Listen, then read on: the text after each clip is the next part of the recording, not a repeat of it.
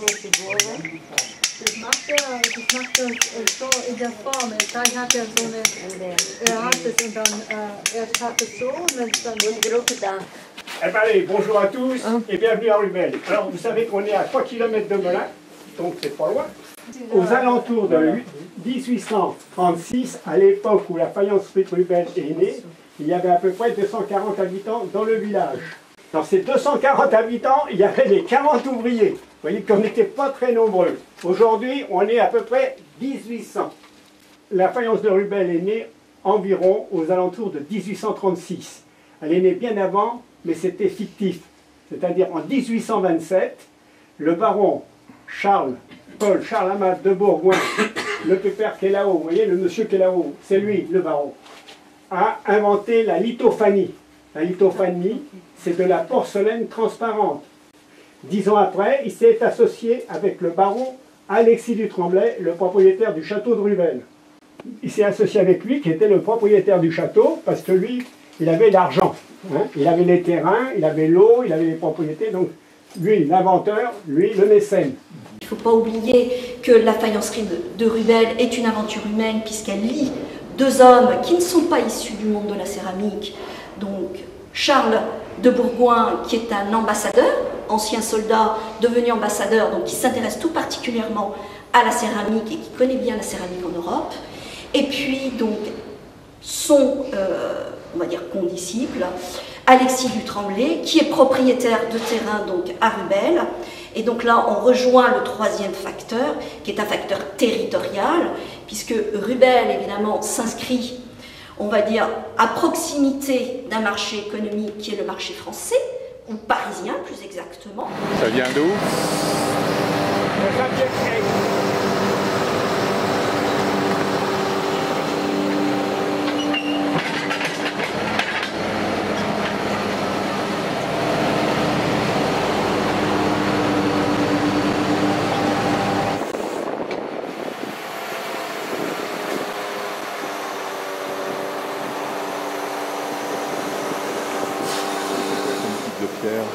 Ça, c'est de...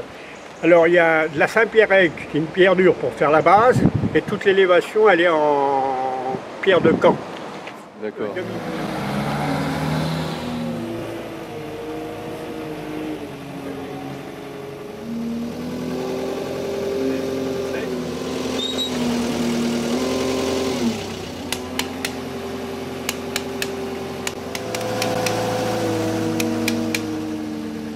Vas-y, je te dirai stop. Là, vas-y. Ah. En fait, ce sont les Portugais qui ont ramené ça. Ça évite de se faire du mal. Moi, je suis éclaté de partout parce que quand c'était avec des massettes carrées, ça coupe. D'accord. Tandis que là, ça coupe pas. Ça, c'est ciseaux, ça s'appelle. C'est des ciseaux, ça. Et ça, par exemple? Ça, c'est des rifloirs. Rifloirs, d'accord. Rifloirs, hein. C'est Voilà. pour râper, quoi. C'est pour râper. Ça c'est une gravine. Ça, c'est pour décaisser. Enfin, creuser Ouais. le plus possible sans éclater de trop. D'accord. Ah, ça, c'est des ciseaux plats gravés. Ouais, ouais. Tout ça, c'est des ciseaux plats gravés. D'accord. Il y a de tout. Hein.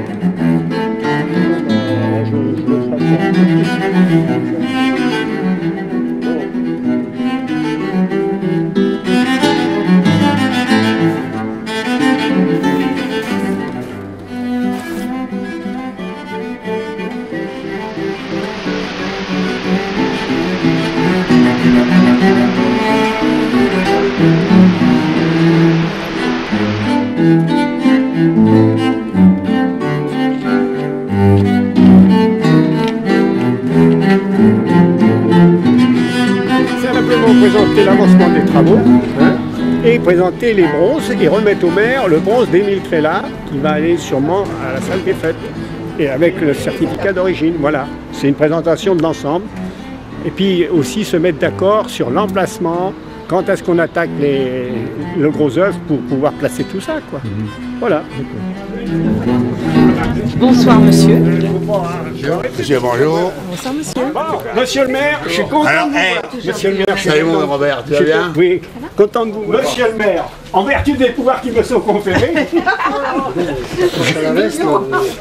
je vous offre, enfin, je vous offre, nous offrons Mutuellement. mutuellement le bronze d'Émile Crélat, qui j'espère sera peut-être un jour en bonne place, avec le certificat d'origine. Pièce unique, hein. C'est fini, il n'y en aura plus d'autres. Et c'est la plus lourde, hein. Je peux te dire que tu peux y aller.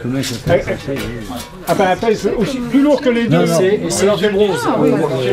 C'est bronze, c'est 85% de cuivre. Hein. Et le reste du zinc. Voilà. Hein. Ah mais c'est la plus belle presque. D'après les gens là-bas, ils aimaient mieux. Merci. Ben, c'est moi qui ai donné. Mais Mais grâce à vous et on va dire, Il va falloir. à la municipalité, nous aurons un monument qui sera digne de ce nom. Ils sont beaux, hein. C'est les modèles, ça. Ça, c'est les modèles que j'ai fournis. Alors, je signale quand même pour la majorité des gens, ces modèles-là, je les ai sculptés moi-même. Oui. J'en ai fait cadeau à la mairie. Hein. C'est bien, sympa. C'est gracieux. Et alors, voilà Ruben. Magnifique. Bravo Robert, bravo. Voilà. Non, non, mais voilà, donc ça c'est la base. Vous avez au milieu les médailles et vous avez l'autre côté derrière là, ce qui dit, là vous avez Paul de Bourgoin, Alexis du Tremblay, avec ça vient là, au-dessus, hein, et vous avez le reste au-dessus. Vous voyez les grappes de raisin qui rappellent Rubel, et vous avez pu remarquer que dans le fronton, il y a les 3 grenades, toujours les ornements du blason de Rubel. Hein. Moi, je serais désireux de le monter pour les journées du patrimoine. C'est le 15 septembre. Non mais ça c'est bien, ah, c'est Voilà. beau, un beau truc. Combien de temps vous avez mis pour faire ce monument? Ouais, combien d'heures? Il compte pas. Attendez, c'est pour finir hein, quand même. Ouais, ouais, non, mais déjà, ça. En gros, j'ai peut-être mis 1 mois là, on va dire. Oui. À peu près. Mais je travaille pas, pas 8 heures d'un seul coup. Hein. Non, parce que les yeux, je peux vous dire que... Là, tiens, essayez de travailler quand il fait soleil, là sur de la pierre blanche. Enfin mon vieux, moi je te dis que tu as fait un bon boulot. Bravo Robert, bravo. Eh ben voilà. Bravo de santé à tous, et puis encore bravo à l'artiste. Merci, monsieur. Un grand bravo. On le connaît, on a travaillé ensemble, on a eu quelques discussions gentilles ensemble. Non, c'est un copain. Attends, je vais repasser parce que... Moi, je dis simplement à Rubel. C'est pas mal. On parle le même langage que toi.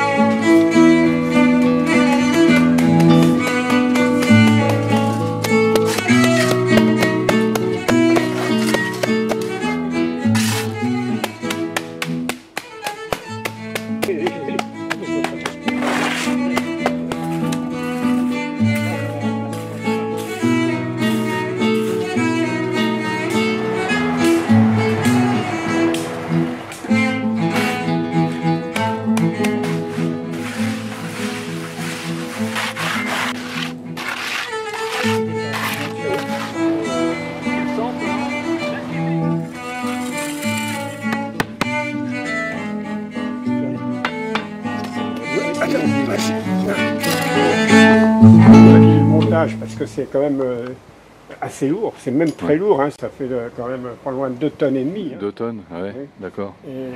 Après c'est surtout la pose, mais c'est surtout tous les assemblages, il faut pouvoir le porter, le transporter jusqu'au... Oui. C'est pourquoi on a fait des ancrages, vous voyez, comme ça. Qui vont d'un bout à l'autre, comme ça? Non, qui de chaque côté, avec des mains comme ça.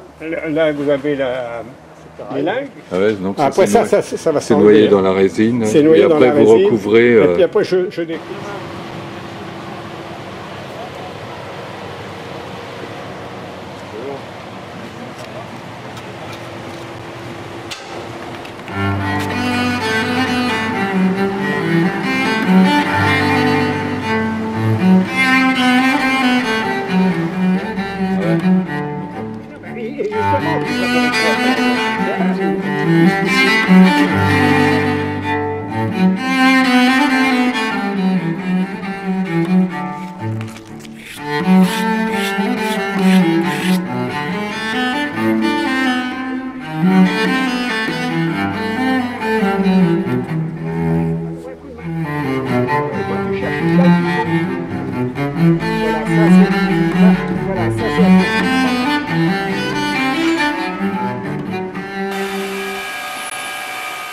On va finir par me connaître à force.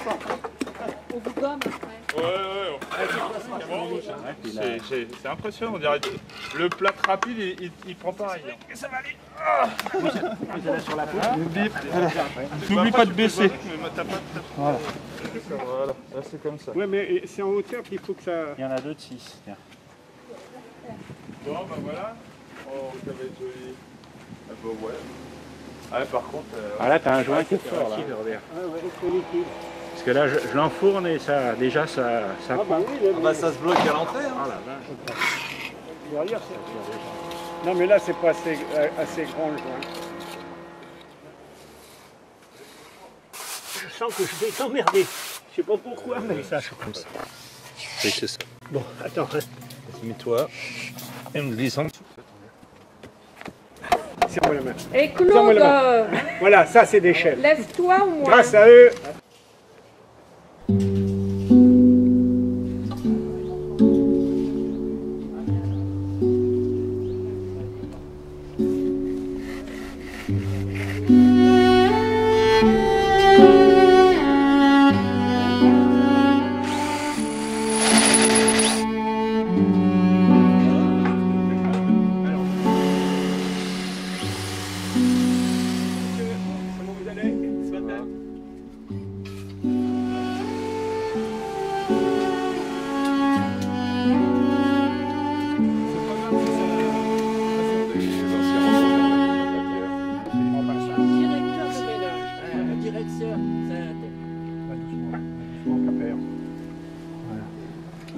Exprès pour qu'on puisse se redonner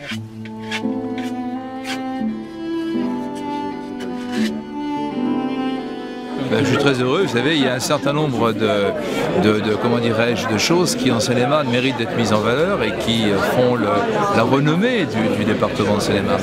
On a l'habitude de parler du Brie de Melun, on a l'habitude de parler du Brie de Meaux, on a l'habitude de parler de Barbizon pour ses peintres, de Fontainebleau pour son château, etc. Tout ça représente, mais c'est vrai que la faïencerie de Rubel, c'est quelque chose de très important pour le département de Seine-et-Marne et qui ne fait que mettre en valeur, en plus de ça, notre patrimoine et puis aussi ce que notre savoir-faire, les qualités de ce département. Il y a beaucoup de choses comme Noisiel et sa chocolaterie, etc. La faïencerie de Rubel, c'est quelque chose d'excessivement important. Voilà. Je m'associe pleinement aujourd'hui à cette fête, à cette inauguration aussi. Et si je peux aider d'une manière ou d'une autre en ce qui concerne donc ce mémorial, c'est bien volontiers que je le ferai. Ce monument a été réalisé par Robert Fabani, le président de la paire, hein, qu'il faut reconnaître. Vous verrez tout à l'heure, c'est une très belle pièce. Hein. C'est lui le fondateur de l'association des patrimoines de Rubel, qui a 20 ans. Ils sont dans leur 20e anniversaire aujourd'hui. La faïence de Rubel, c'est un grand truc. Là, tu l'as marqué par ce monument, hein, et avec la famille qui est présente.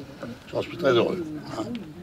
On fête nos 20 ans, un peu plus même, mais c'est nos 20 ans. Et on a dit pour ce jour-là, l'association offrira quelque chose de valable à la commune, qui restera et qui pérennisera notre patrimoine. Oui, on doit beaucoup à ces deux personnes, le baron Paul-Charles Amal de Bourgoin et Alexis Sylvain du Tremblay. Grâce à eux, on a un patrimoine. Et beaucoup de communes voudraient bien avoir au moins aussi un patrimoine, ils ne l'ont pas. Même les Américains nous cherchent nos pièces pour en avoir un. Mais je veux remercier la mairie, d'abord, le conseil général qui m'ont subventionné, et les différents propriétaires, je vais dire, ou entrepreneurs. Alors je citerai un, c'est le seigneur de ces lieux, Jean-Paul Ouillin, parti, il a fait le mécène. Alors, je voudrais vous parler un petit peu quand même de ces deux personnes qui sont cachées, là. Je vais commencer par le baron Paul-Charles Amal de Bourgoin. Pourquoi? Parce que c'est l'inventeur. Grâce à lui, en 1827, il obtient un brevet d'invention de la lithophanie. Je ne sais si vous connaissez la lithophanie, mais pour moi, c'est ce qu'il y a de plus gracieux et même de plus fantastique de la faïence de Rubel, parce que c'est ce procédé-là qui a été appliqué à la faïence de Rubel. Ça a donc démarré en 1827, ça personne ne le sait, mais ils étaient associés déjà en 1827.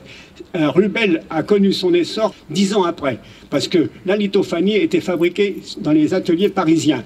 Et les Rubel étaient fabriqués ici, là, pas loin au-dessus du torrent. Donc je voudrais bien qu'on mette honneur à ce personnage parce que c'était vraiment un inventeur et un créateur et un artiste. Si vous voulez, pour moi c'est le travail, moi, c'est ses mains. Hein. Rien que pour ça, je lui dois beaucoup et c'est pourquoi j'ai voulu refaire Rubel parce que c'était un travail formidable. C'est une sculpture avant toute chose. Donc merci à Paul de Bourgoin. Maintenant, je vais vous parler d'Alexis du Tremblay. Alors Alexis du Tremblay, c'est comme tous les mécènes, hein. C'est celui qui a un petit peu d'argent, grâce à sa famille, grâce à sa femme surtout. Il possédait des terrains, il y avait des bois, il y avait des argiles, il y avait de l'eau. Donc ils se sont associés pour mettre cette manufacture en place. Plein de manufactures ont copié Rubel. Et entre autres, alors je n'en citais qu'une parce que c'est celle-là qui m'intéresse pour l'instant, c'est Wedgwood en Angleterre qui encore aujourd'hui fabrique des Rubel. C'est-à-dire que ça s'appelle Wedgwood du Tremblay. Donc vous voyez, on est un peu partout. Hein. Je dis hommage à ces deux hommes et puis j'espère que ça donnera aux futures générations un espoir, ou essayer de faire quelque chose de leurs mains et même de leur écrit. Écoutez, je me suis d'abord remercié tout le monde, messieurs les présidents, monsieur le maire, oui, monsieur le président général, non, président fondateur, au nom de la famille, vraiment nous sommes extrêmement touchés de voir d'abord ce monument qu'on n'a pas encore vu, mais j'imagine, parce que j'en ai vu quelques idées sur ça, et nous sommes vraiment touchés de ce souvenir de famille qui reste ici. Paul de Bourgoin était quelqu'un de tout à fait intéressant, mais je trouve que la société de Rubel est remarquable aussi. Je ne parle pas de la commune, du conseil général et tout ça, mais c'est absolument remarquable. C'est mieux de le dire, ça fait bien. Donc, merci à tout le monde, vraiment merci du fond du cœur. Bon, merci monsieur.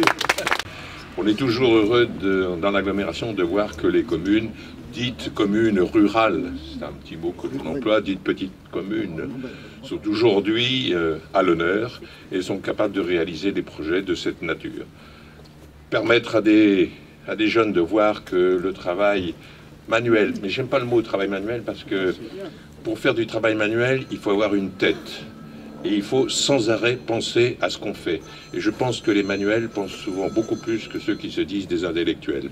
Et au moins quand ils font leur travail, ils voient ce qu'ils font. S'il y a une erreur, ils s'en aperçoivent tout de suite. Et s'ils font quelque chose de bien, tout le monde peut le recevoir. En tout cas, bravo pour avoir initié ce monument. Bravo pour permettre à la commune de Rubel de pérenniser cette activité concernant les faïences de Rubel. Et je pense que tous les habitants qui sont ici et tous vos amis sont heureux aujourd'hui de voir cette merveilleuse réalisation. Mais que la Seine-et-Marne est belle. Seine-et-Marne, c'est la moitié l'Île-de-France. Et ce qui la fait belle dans ce territoire, notamment en mouvement, c'est le poids de son patrimoine. Alors, patrimoine naturel, patrimoine monumental. Quel département aujourd'hui peut se targuer d'avoir à 20 minutes, pratiquement, 3 châteaux qui sont référents, des châteaux entiers, pas des ruines, en quelque sorte, et qui couvrent pratiquement 8 siècles d'histoire. Alors vous êtes, Rubel est aux portes de cette histoire-là. Hein, c'est peut-être même là où l'histoire a commencé. L'histoire des hommes, on ne sait pas. Et bientôt, il y a des quarantiers qui vont venir, monsieur le maire, visiter et voir cette œuvre d'art qu'on va découvrir tout à l'heure. Tu t'y apprêtes, j'espère, hein, à recevoir. Hein. Bon. Comme je sais que tu as de beaux hôtels sur la commune, on peut y amener des touristes, et des vrais touristes en plus. Donc ça c'est bien. Alors, c'est Feubourg. Normalement, c'est Feubourg. Hein. Bon. Tout ça pour vous dire qu'on a trouvé, qu'on est ravis, bien sûr, d'être participants avec tous ces donateurs et de vous permettre d'avoir cette réalisation à laquelle vous teniez, en tous les cas. Les Journées du patrimoine, vous en connaissez le thème. C'est trésor caché. C'est décidé par le ministère, c'est au niveau.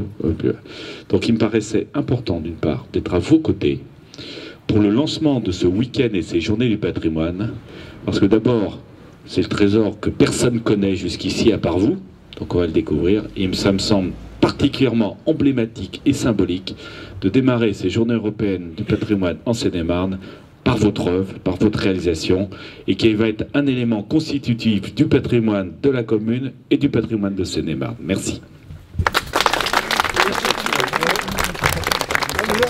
De ce pas, nous allons... Allez, on y va ? On y va. Hop là. Ah ben, ils en ont un. Faut dire. Bravo.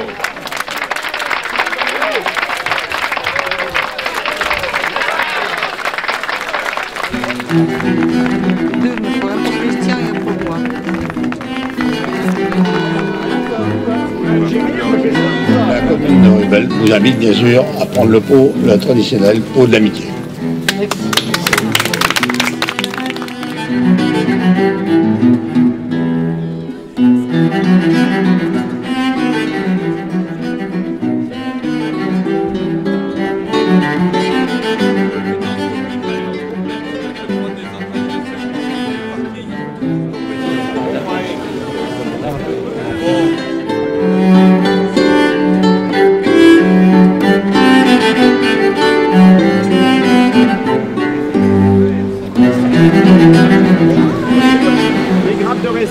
Ça fait partie du pays parce qu'on a le nom de Rubel, c'était dû à la vigne à Bois-Rouge, c'était là qui s'appelait Vinea Rubella à l'époque. Hein.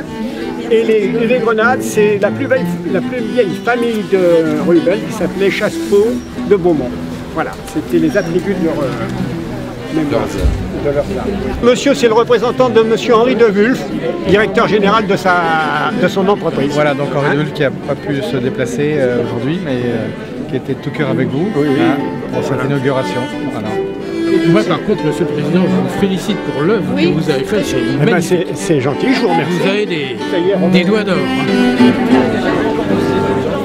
Parce que j'ai acheté la vieille maison. Vous avez vu? Voilà, c'est tout. C'est pas resté pour en savoir, mais j'ai l'explication. Il y avait des paillons sur le mur. Et j'ai regardé, j'ai dit, mais c'est de la sculpture, ça. C'est comme ça que c'est venu. Ouais, ouais. Mais vous, faut que je vous casser.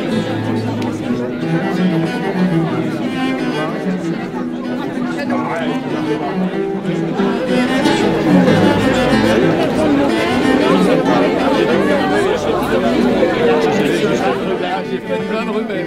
Oui, et les gens Non, j'étais pas sculpteur. J'étais maçon. Ah bon? Au départ, oui, mais attendez. Comme quoi le manuel. Vous n'étiez pas sculpteur? Maçon, il taille des pierres. Commencez. Voilà. Nous, de mon temps, on taillait que de la pierre. Moi j'avais une entreprise, on faisait que de la pierre. Donc j'ai fait que des maisons en pierre. Et toutes les maisons que j'ai fait par la suite, parce que je me suis mis entrepreneur très de bonheur, et toutes les maisons avaient un cachet. C'est-à-dire que je leur faisais quelque chose, une sculptée ou une cheminée, mais à mon nom. C'était gratuit. À chaque maison que j'ai faite, c'était comme ça. Et c'était mon hobby principal depuis l'âge de 20 ans, c'était mon hobby principal. Et puis bon, voilà, puis faïencier non plus, c'est pas mon truc. Ah oui, faïencier là. Dessinateur non plus, architecte non plus, et j'ai fait tout ça. Voilà. Vous étiez doué déjà au départ. Bah oui, quelqu'un m'a fait comme ça. Alors la prochaine étape, c'est quoi maintenant? C'est l'ouverture d'un musée. Député, Monsieur Mignon, Monsieur Huilin. Monsieur Huilin, Jean-Paul Huilin, c'est mon ami. C'est le propriétaire du château d'à côté. Et alors, surtout, un supporter des grands artistes. Ah, alors là, monsieur, on peut s'entendre. Cela dit, maintenant qu'ils me disent tout ça, je sais que c'est aussi un artiste. Et Monsieur Bourgoin. Et un autre, Mademoiselle de Bourgoin. Ça, c'est les descendants. Venus en délégation. Voilà. Une photo de petits jeunes. Depuis ce matin, il fait que de ça, que de sourire. T'appuies sur les Arrête, je me bidonne.